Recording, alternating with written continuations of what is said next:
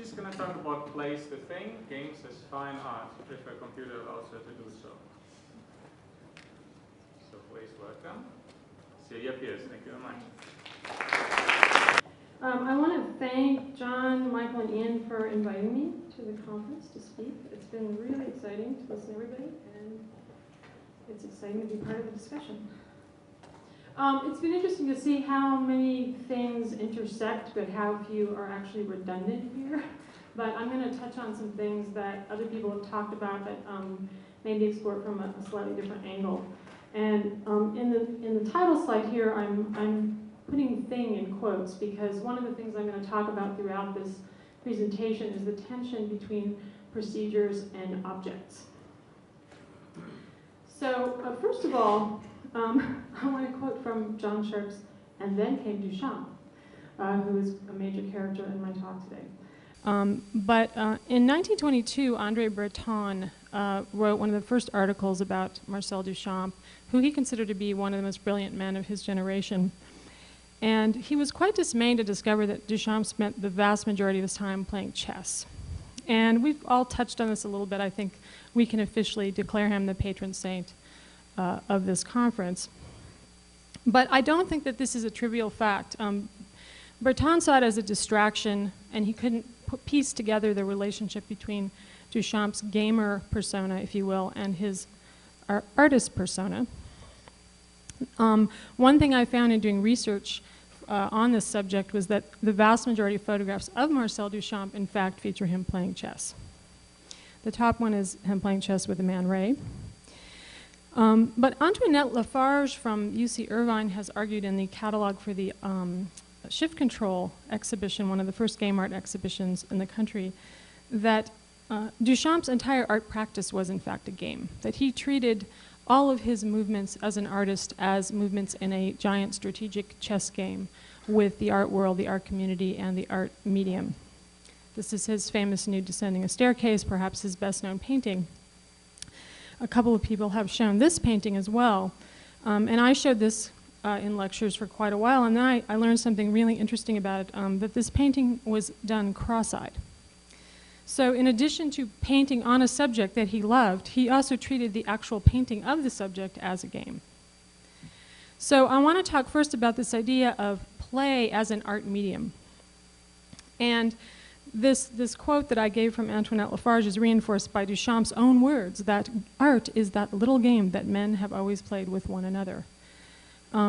One of the things he did to make a living was carve chess pieces, which I think is very interesting, as did a number of his contemporaries.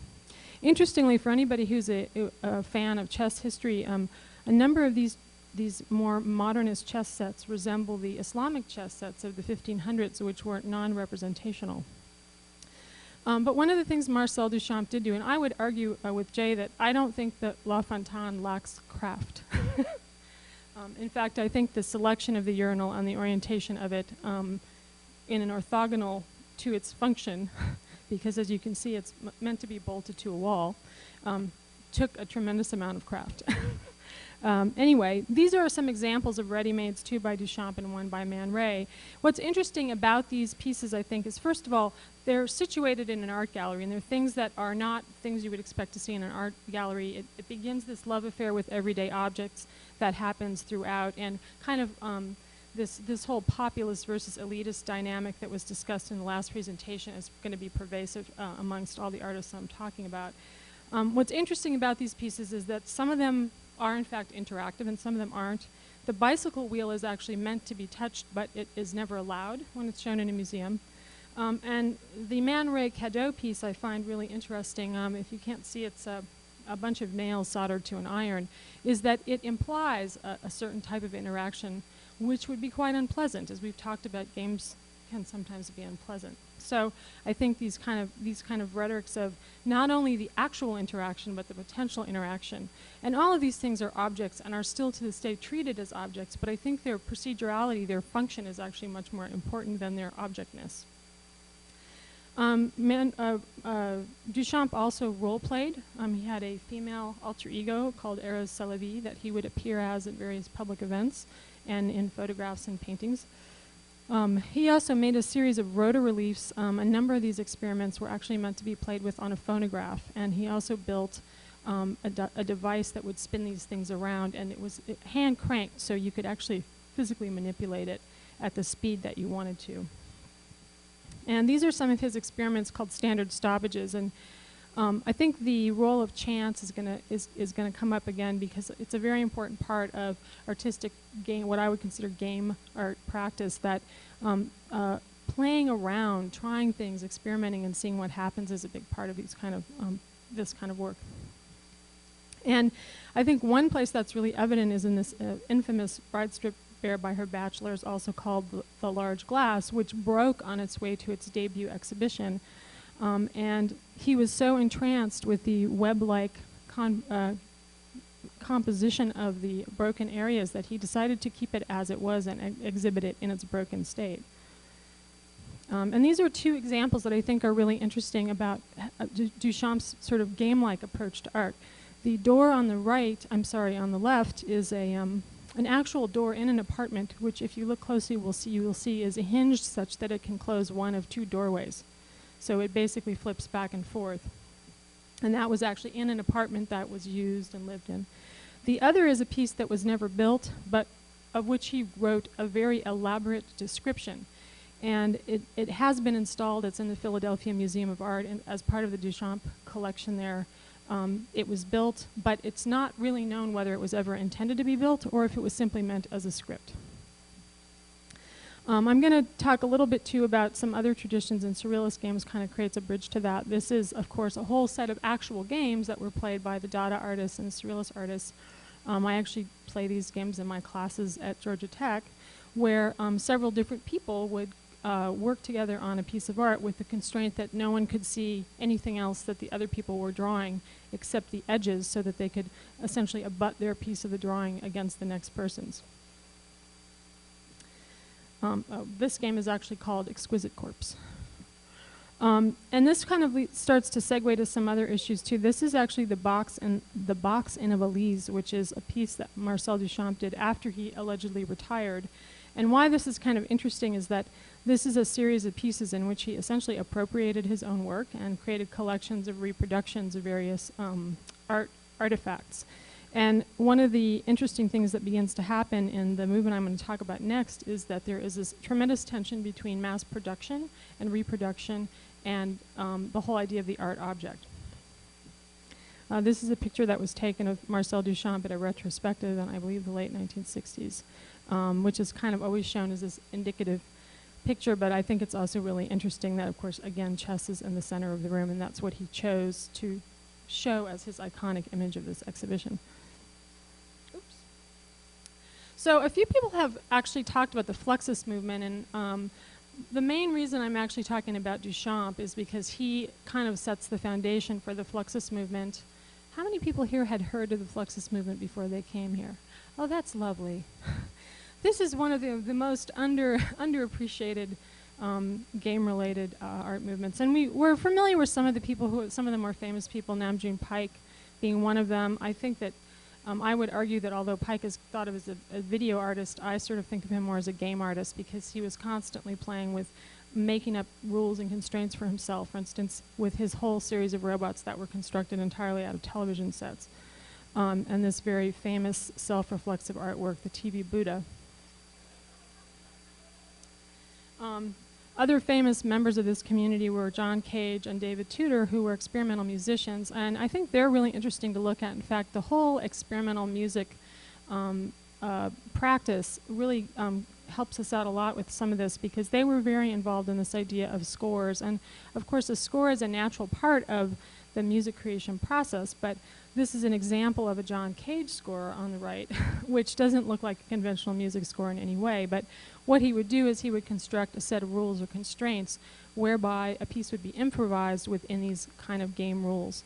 He would also do things in kind of, I'm going to talk a little bit further about Bernard Suit's great kind of description of a game as the least efficient means of accomplishing a task. One of the things that Cage did repeatedly was make it harder to do whatever would have been normally easy to do. And this is another thing having to do with craft, right? It would have been much easier for him to just sit at a regular piano and play a normal composition with a typical key. But no, he thought he would try doing it on a toy piano. He also did a number of mods to pianos where he would transform the base technology, and really this kind of speaks back to the whole Jody.org thing of physically manipulating the material functionality of the technology that he was dealing with to essentially see what it would do. And this also allows us to interrogate the conventions that we're familiar with. David Tudor and Cage worked closely. David is more known as Tudor is more known as an electronic musician, but he also did a number of projects that involved hacking hardware that really wasn't intended as musical instruments. So he would sort of take these devices and try to force them to do things that they weren't intended to do, treating them more as aesthetic processes than technologies per se, and also taking away their core functionality. Chance is a big part of the Fluxus movement. Cage writes a lot about it and talks a lot about it. He also talks a lot about being a Zen Buddhist and the sort of whole notion of surrendering to a process, which is a really interesting antithesis to the idea of control. The Renaissance perspective work that we've been seeing today really speaks to this issue. And this is the Fluxus anthology of chance operations, which is a bunch of different scripts and other kinds of procedural operations, essentially. George Maciunas is probably the least known member of the Fluxus movement, at least among popular culture, although he was its founder. And he was very interesting in a couple of ways. First of all, he made a lot of games. He did a lot of game mods. Most of his work actually comes in the form of some kind of game or toy. And this is one of my favorites. This is his Flux ping pong set. And what he did was he would take the rackets and do stuff to them that would make it almost impossible to play in any kind of normal way, and also to the tables. Again, conjuring up Bernard Suit's notion of sort of creating artificial obstacles to make an action more difficult to do. There is also this whole social aspect to his work, which probably is best represented in this Flux multicycle, which is, I believe, 5 bicycles which are wired together with metal poles. And the Fluxus artists did a lot of communal work together, and this is something where they would ride this. 5 people would get on this contraption and ride it around in Soho and the Greenwich Village area of New York. This is a device that he made called the Fluxus Smile Machine. Another example of painful interaction. And a very common convention of the work at this time was following on the tradition of ready-mades that was created by Duchamp and Man Ray and some of their contemporaries. They began to make these kits, and the kits usually would have some kind of theme. They were usually made from very low-cost, everyday objects. And the idea was that these things would be inexpensive and you could actually sell them, and they had a shop and also a mail-order service that they could sell these, and they wanted to make this art accessible to anyone. They wanted to get out of the museum. Most of this work initially wasn't even shown in museums. Now, as was talked about by John yesterday, it's usually put inside of a box and you can't touch it, but this is an example of a Flux time kit, which might have come with different time components. This is George Brecht's bead puzzle, and a lot of these things would have little scripts and notes that went with them that would be sort of ambiguous but give you things to do with the artifacts in the box. This is the Spell Your Name with These Objects kit, which was a collective piece done by a number of Fluxus artists, another common practice where they would get together and make a box as a group.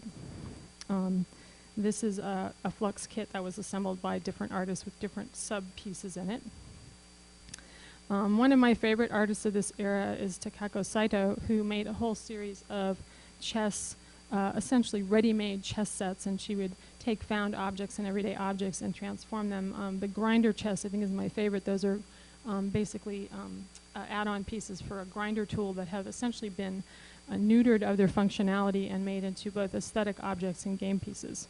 The spice chess and liquor chess are both meant to be smelled. So when you're making each move, you're supposed to smell the piece to figure out what it is. This is a very famous piece by Yoko Ono. Has anyone shown this? I don't think anyone's shown this yet. This is her famous white chess set, in which obviously all the squares and all the pieces are white. I think a very cogent anti-war statement during the Vietnam War. And this is a larger version of it, which I really like. A lot of the pieces that Ono did, and she's also, I think, someone who's really employed a lot of games and game-like approaches into her work. There's numerous versions of these pieces that were done for different events. And this is the cut piece, which was talked about. I won't go into in too much detail. Although I think it is interesting that this is one of these things where people are invited to interact in a certain way. And it's kind of amazing, the story that I think it was Brian was telling, that didn't actually happen more often. There's actually very few stories of this piece being done where anybody became particularly aggressive. In fact, typically people were much more timid and shy about it. This is a famous piece of hers called Yes, which is allegedly the thing that made John Lennon fall in love with her. And basically, you climb to the top of this ladder and you pick this magnifying glass up so you can see this word on the ceiling, which is yes. So this is kind of an example of a sculptural object. So there's obviously a physicality to it, there's a movement to it, but it's also highly conceptual. And all of her work, I would say, also represents a very high level of craft. Everything is very meticulously executed. She did a number of these other kinds of pieces, like this box of Smile, which basically has a mirror in the bottom of it, so when you open it up, you see your own face. And this is one of my favorites, Mend piece, where she would break objects and then put various materials that you could use to repair them together. And these things, especially I like this particular exhibition here because this is one of the few examples I've seen where it's really inviting you to participate with the piece, which is often not the case. And this piece, she did a whole series of paintings which were in a sense interactive. This is my favorite painting to hammer a nail in, and below the painting is a chair with a container of nails. She also made a painting to shake hands, which she would stand behind and reach through a hole and shake hands with people in the gallery space. So these are kind of, I would say, playful art. They're not necessarily games per se, but they start with some inherent structure, and this is something that the people who have been focused on like game formality have talked a lot about, is that all of these are different forms of structured play with the art medium. And this is a book that she wrote called Grapefruit, which in a way is kind of the ultimate anti-art object statement because it's basically just a series of scores and instructions. And they all have a very strong level of materiality. They almost all involve interacting with objects or with people, or both, more typically. But they're really interesting because they all have this kind of, they almost read like, a number of them almost read like game rules. There have been a number of traditions of performance and events that have, I think, had a number of game elements in them. The Situationists probably being one example, although they're kind of at this cusp between what Brian was describing about the political and they're kind of on the right side of your diagram, left side.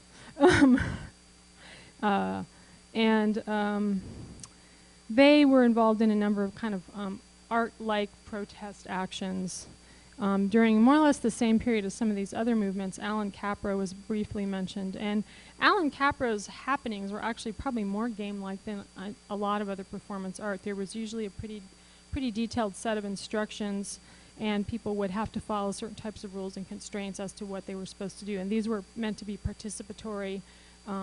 Rather than other sorts of performance practices, the audience was actually supposed to do whatever it was that the instructions called for. Another example, though I wouldn't call it an art movement per se, but I think is a related practice, is the New Games movement. And this has been actually very influential on a number of game artists and avant-garde game designers, if I can adopt your terminology.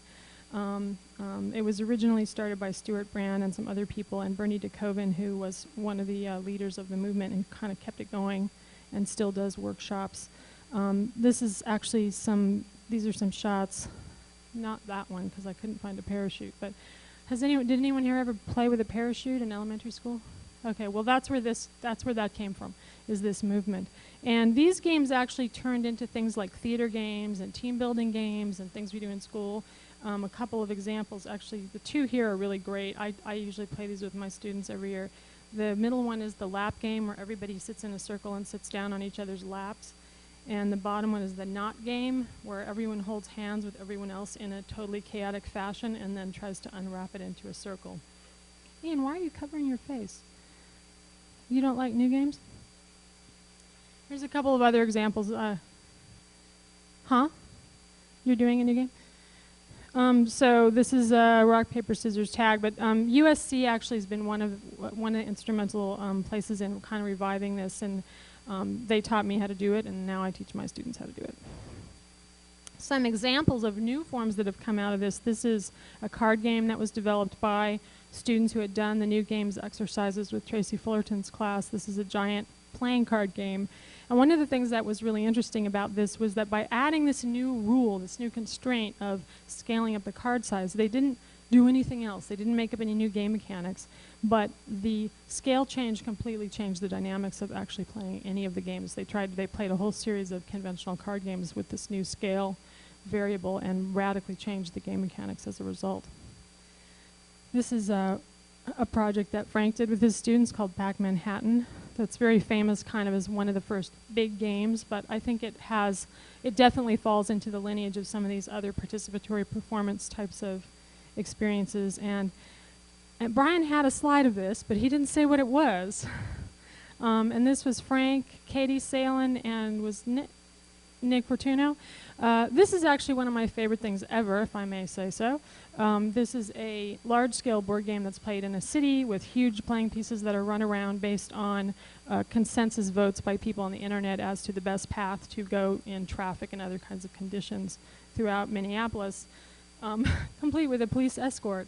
But these kind of games are really cool because they, as these guys were talking about, they sort of bring play back out into the streets. And of course, historically play, I mean, this whole idea of play being in a magic circle, it's a little bit erroneous if you think about child's play on the street, for instance. This is what we all did growing up, at least those of us who are my age and got to go outside as kids. But but bringing this out and then enhancing it with a digital component, I think is a really wonderful new innovation. I'm just going to do, I probably have way too many slides here. I'm going to just go through a couple of paintings. And the reason is because they don't really fit into this talk in any kind of coherent way, but I think they're important, so I just want to talk about them for a minute. This is one of Vasily Kandinsky's paintings, and why I wanted to show this is I find this game to be this whole series of paintings that he did during this period, these very abstract paintings, to be very playful, and every time I see one, I want to make it into a game.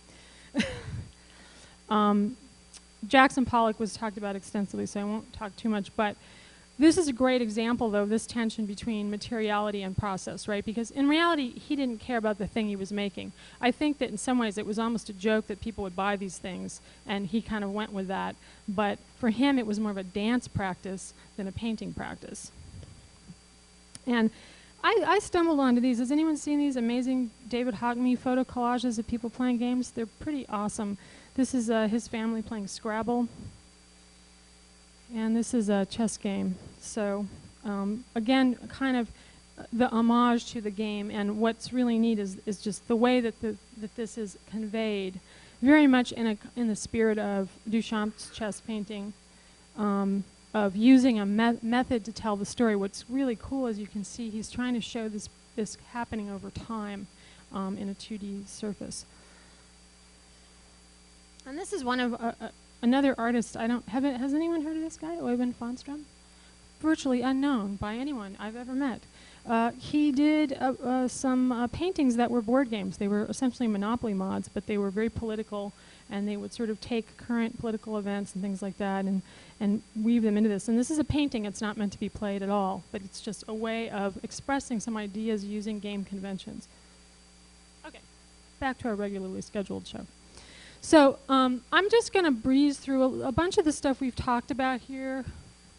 Yeah, I have enough time. I'm so used to having like 20 minutes that it's kind of, oops. A number of the things that we've talked about in video game art, I want to kind of retouch on some works, but also show some stuff that hasn't really been talked about yet. So I have actually done extensive research, and to my knowledge, this is the very first video game that was created as a piece of fine art. And when people ask me what does that mean, I usually say, and working with Indiecade, of course, I deal with all different types of games that are made in non-industry kinds of contexts. If the person who made it says it's art, it's art. That's my position.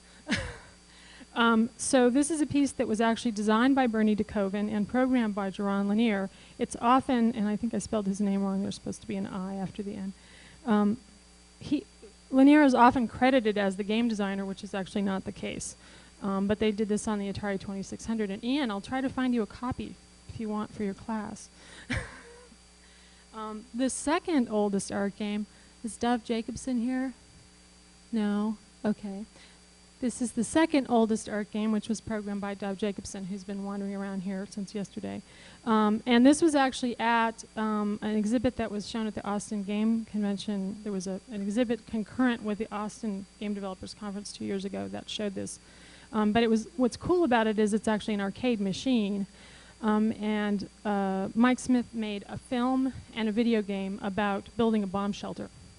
And the film was a documentary with him actually building a bomb shelter. And the game, you actually reenact that by building a bomb shelter and then hiding in the bomb shelter. And one of the things that's great about this game is that you always die in the end. So kind of looking at some of the traditions and trajectories that have been happening in self-defined as game art over the last few years. I don't want this here. This is actually, to my knowledge, the first online exhibition of game art. This was curated by Anne-Marie Schleiner, who is one of the forgotten great influential people of video game art that no one ever talks about anymore, unfortunately. But she was one of the very first people to make video game art and one of the first people to exhibit, curate, and write about it. So this piece was entirely online, and it was kind of packaged in this very hacker-esque ethos. And all of these games were some kind of mod or hack at an existing game or game genre. We've already seen some of Jody.org stuff. SOD is another variation of that type of work. That's a Marathon Infinity mod. Biotech Kitchen, also a Marathon Infinity mod, which you are fighting mutant vegetables with a spatula. Ada Lovelace versus Donkey Kong. Ada Lovelace, of course, being the first computer programmer. A lot of these have some gender statements, and I'll talk a little bit more about that in a second. And this is Anne-Marie Schleiner's epilepsy patch, which, like the piece Untitled that was shown before, was kind of designed to deconstruct, through a hardware hack actually, the representative affordances of the game medium. One of the components of this piece was called mutation.fem, and at this time in 1999, most first-person shooter games, possibly all of them, had no female characters. And so the artists in this exhibition were invited to address this in some way through modification or other techniques. And the most interesting one are these. John, are you here? John Romero? These are female Quake skins. Just thought you'd like to know. And these are kind of interesting because they really kind of speak to how intensely gendered a lot of video games traditionally have been. This piece is actually not game art, but it's been in a million game art shows. This is John Haddock's series called Isometric Screenshots, and it's kind of interesting. These are specifically designed to look like The Sims. They are paintings that were done primarily in Photoshop, and each of them is a representation of a very famous journalistic photograph / historical moment. You can probably recognize what most of these are. The upper right is Rodney King's beating, the upper left is Martin Luther King's assassination, and the lower one is the abduction of Elian Gonzalez. So what's interesting, I've actually met John a few times. He actually never played The Sims. I don't even think he owns it. I think he just looked at a bunch of screenshots and got the idea for this series. He's done a bunch of other interesting art by creating sculptures that look like G.I. Joes, also in some historical and contextualized scenarios. Counter-Strike, of course, is not a game art piece, but it's a very important contribution because it kind of opened up a whole other level of game modification. And I think that the whole practice of game modification is one of the most important moments for game art in that. And actually, I think there's a backlash against it now to some extent, which I'll talk about when I get to the more contemporary stuff. But It's weird that 1999 doesn't seem contemporary, but anyway. But Counter-Strike was a mod that was made of Half-Life that became more popular than Half-Life. And the most interesting thing about it is that in order to play it, you had to buy the Half-Life disc. And I guess Valve, being a very clever company run by a man with a PhD, thought, oh, here's a marketing opportunity. We'll just let them give this away for free and we'll sell more Half-Life discs even though they're not actually playing our game. They later bought the game and published it, so most of you probably know it as a published game. But it kind of opened the door for a lot of other, and these game engines that were moddable and hackable opened the door for non-game people, non-gamers, to explore this medium. This is actually a patch to Counter-Strike called Velvet Strike, which was created by Anne-Marie Schleiner and Brody Condon. And what this is it's basically a graffiti patch. It's a weapon that you can plug into your game that when you shoot it at a wall will res a poster. And what they did is actually kind of an open source project. You can actually, I don't know if it's still up, but you could go to their website and put a JPEG in. They gave you some specs and add it to the library of these patches. This infuriated Counter-Strike players. The picture on the right, by the way, is a homoerotic scene with Counter-Strike avatars. But they hated it. They hated, and this is kind of the inversion of the magic circle that Brian was talking about. They didn't want reality up in their face, right? They really wanted, U.S. out of my game or whatever. Like, they didn't want people protesting, and this was actually somewhat of an Iraqi war protest. It was framed somewhat in that context. It caused a lot of problems in the game community. So even though this wasn't a griefing practice per se, in the context of a traditional first-person shooter game, it was actually treated and perceived as griefing. Other mods that are really interesting, this is one of my favorite, Medieval Unreality, was actually a collective project developed by Nina Zigletti and Maya Angeli. And what they did is they invited non-digital female artists to a studio for a weekend to make an Unreal mod. And they worked together and each of them made their own room. I was telling someone at lunch that when I show this game, which has no moving objects at all in it, it's just a series of rooms that are and it's actually about the Albanian vendetta system. What's the beeping? Am I doing something to make it beep? Okay. Anyway, the Albanian vendetta system is a sort of intergenerational system where people kill people from each other's families, and it goes on for multiple generations. And so that was the theme of the piece. There's no enemies. There's no shooting. There's nothing but gamers would come into the gallery when we showed this at Alt Control in 2003 and just start shooting, even though there was actually nothing to shoot at, and that wasn't even the point of the game. Kind of the flip side of this showing games in a museum problem. This is Cutex Doom by Anita Johnston. This is, she was trying to essentially to do, I think this is a Doom mod actually. She really wanted to just take Doom and regender it in a big way. So this is a game where you have to collect toys in order to pay tribute to a very, very cute deity who, once you give him enough presents, will make you part of the cutesy toy cult.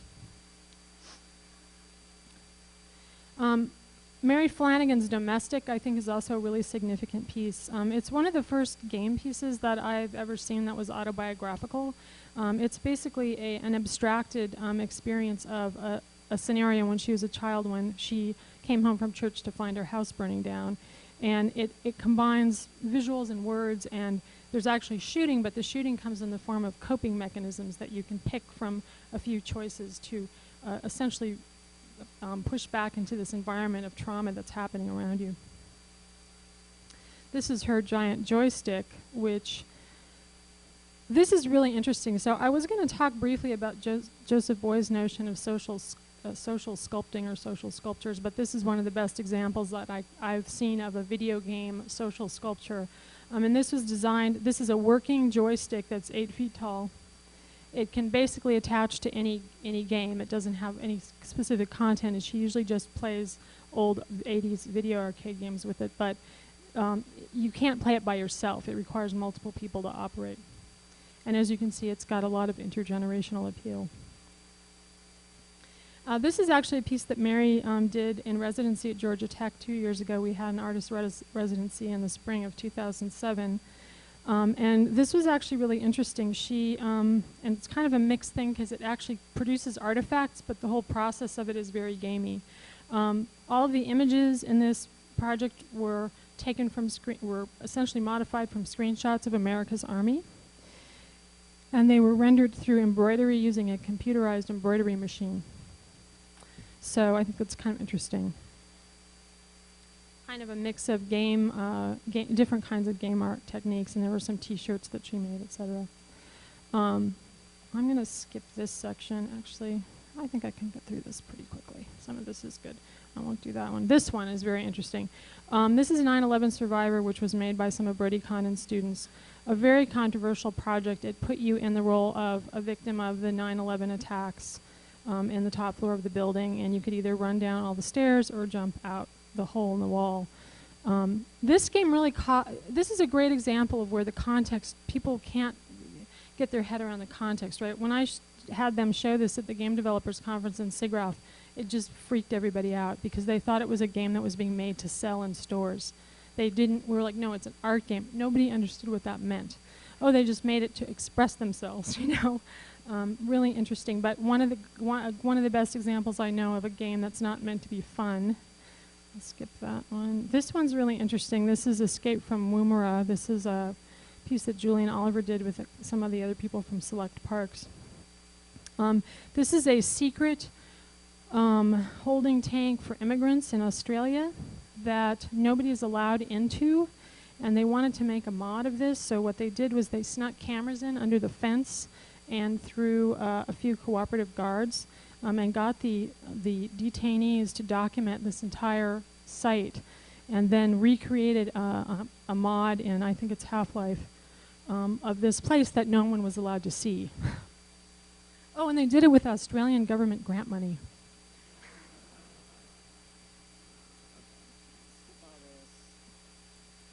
I think this was already shown, but this is a piece Julian Oliver developed at Georgia Tech also, which is, it's actually turning Quake into a painting tool. So the idea here is that you run around, and as you run, your character leaves this trail, and the environment moves around and leaves a trail, and then whenever you see something you like, you can take a screenshot and essentially make a painting. These are some of Brody Condon's glitch pieces, usually done by running things on the wrong card or tweaking the parameters so that things don't look the way they're supposed to. This is the Sims White Picnic glitch. And I'm going to move all out of here. So these are some new things I wanted to just show that are from the last 2 years of Indiecade. And one thing we really like to do is just throw out all the boundaries, like there's all these arguments among indie gamers about what's indie and what's not. We don't care. If it wasn't made by a major publisher, we'll take it. So I'm going to show a few examples of games that typically are positioned as art. This is Edo Stern's Dark game, which we also showed at E3, which was kind of bizarre, but it's got this thing called the Squid. It's a 2-player game, and it's essentially a tag game, and if you're it, you can see, and if you're not it, you can't. So when you're it, you're essentially blind. Yeah, when you're not it, you can see, and when you're it, you're blind. So you have to find the other player by using a sound navigation. It's a really interesting game. So it essentially takes the graphics away for one player at any given time. Once you're tagged, it switches. And this is Levelhead by Julian Oliver. Have people seen this? We couldn't get the fiducial blocks because when he flew them in from Saudi Arabia, they thought they were a bomb, and they wouldn't give him a customs form for it. But anyway, I had to hand make those boxes when we showed it at Indiecade. But this is an alternate augmented reality game where you walk this character through all these different sides of this cube. It's a huge hit on the internet, by the way. This is Ian Dallas's Unfinished Swan, which is this amazing game, which to me is like kind of a hybrid of Jackson Pollock and Half-Life, right? It's essentially a first-person shooter in an entirely white space that you articulate and navigate through by shooting paint splats at it. And there's also a color mode that you can open up after a certain point. But it's a pretty amazing, it's one of my favorite games that we had in the 2008 show. Jason Rohr's Gravitation, and I don't know, how many people have actually played Gravitation? So one of the things I think is really interesting about Gravitation, I mean, it's a great example of a story that's told through procedurality. This is not an original thing to say at this point. But what I really like about it is that it's a vertical scroller. It has this classic game mechanic, but it's literally an orthogonal interpretation of something that we're sort of used to, and the mechanics of going up and working your way up are really interesting and very emotionally intense. The first time that I played this, when I came back down and the child had disappeared, I just basically walked and sort of crashed my head into the wall like this and just stood there. And I was kind of amazed. I thought, wow, that was a pretty strong emotional reaction to have in a little pixelated scrolling game. So I thought that was a really, really great indication that the game is effective at its objective. Another game that's really interesting is Moon Stories. We showed this at Indiecade 2009 by Daniel Benmergui, an Argentinian artist. And this is just a series of little mini stories. They're just one image, and you manipulate things in the scene or words in the scene to change what's happening. And it's kind of a puzzle. It's really simple and really short, but kind of almost like a little interactive poem. And people are probably going to see the Tale of Tales game that's here, which I don't even know what it's called, but this is the game that they had at Indiecade 2009, The Path, which is really interesting. It's kind of a little bit plays with adventure game conventions, but it sort of turns the whole idea of a game on its head in a really nice way, and I won't say more because I don't want to give it away. But they're here, and you can buy the game, I think. Night Journey, which was created by Bill Viola and Tracy Fullerton. This is a very controversial game, weirdly. It's a game about spiritual enlightenment. It's black and white.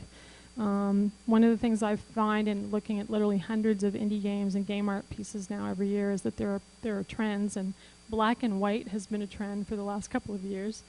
But this game was kind of interesting because it bridged two cultures that had heretofore not come into contact with each other.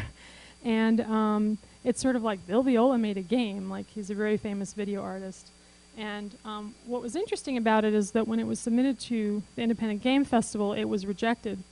I'm not sure if it was because people didn't understand what it meant that Bill Viola was making a game, or they didn't understand what the game was about, but it caused a lot of fervor on the internet because a number of us felt that that was kind of a cultural disconnect. This is Brenda Brathwaite's Train, and this is actually the last of the games that I'm showing.